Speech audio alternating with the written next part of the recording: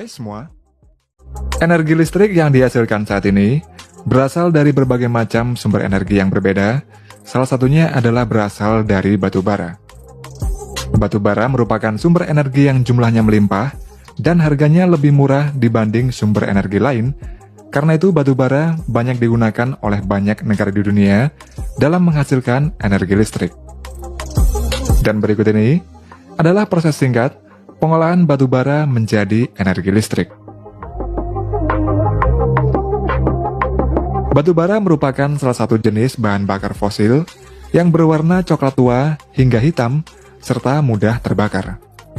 Batu bara sendiri saat ini sedang jadi rebutan di mana negara-negara di Eropa mulai menggunakan kembali batu bara sebagai pembangkit listrik. Berdasarkan kandungan karbon dan jumlah energi panasnya, batu bara dibagi menjadi 4 jenis.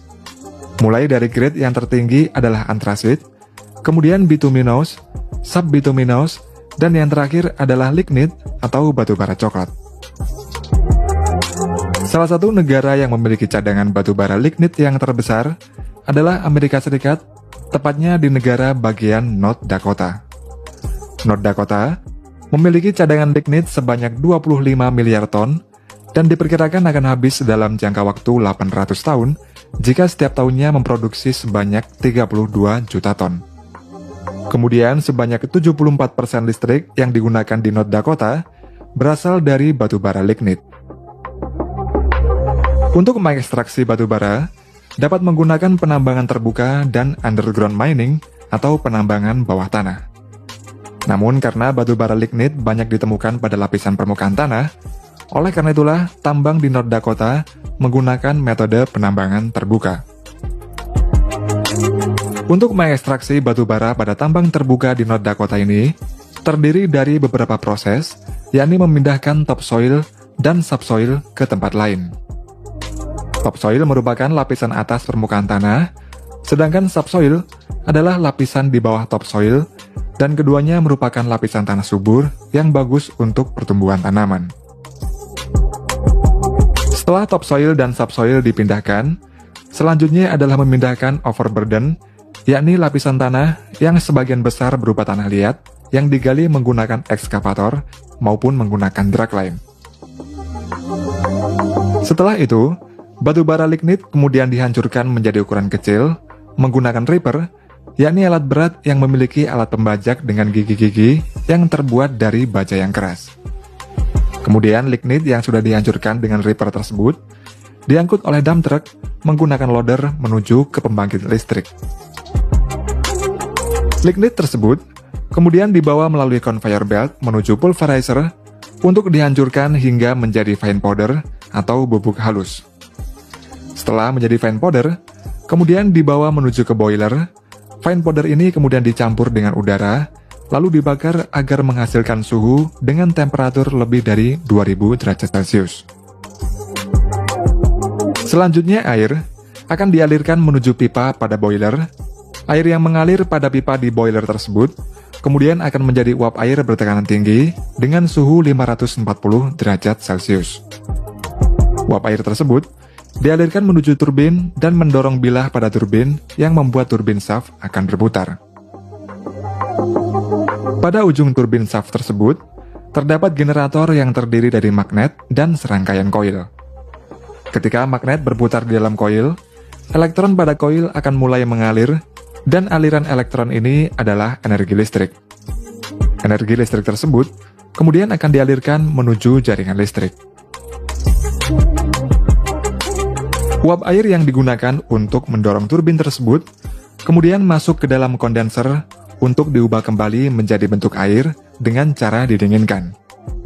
Air tersebut nantinya akan dimasukkan kembali ke boiler untuk dipanaskan lagi, di mana proses ini terus-menerus dilakukan berulang kali.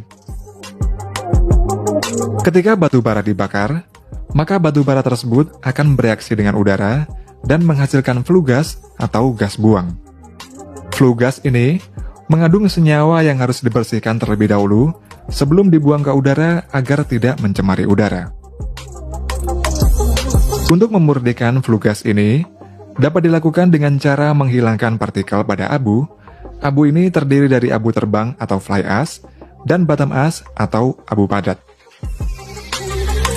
Dikarenakan abu padat memiliki massa yang lebih berat, sehingga abu padat ini langsung jatuh ke bawah boiler. Lalu kemudian akan diangkut menuju ke tempat pembuangan. Sedangkan untuk fly ash akan diberi muatan listrik sehingga akan menempel pada elektrostatik presipitator yang berupa plat baja. Selanjutnya, abu terbang yang sudah menempel tersebut akan dikumpulkan dan dijual ke pabrik semen.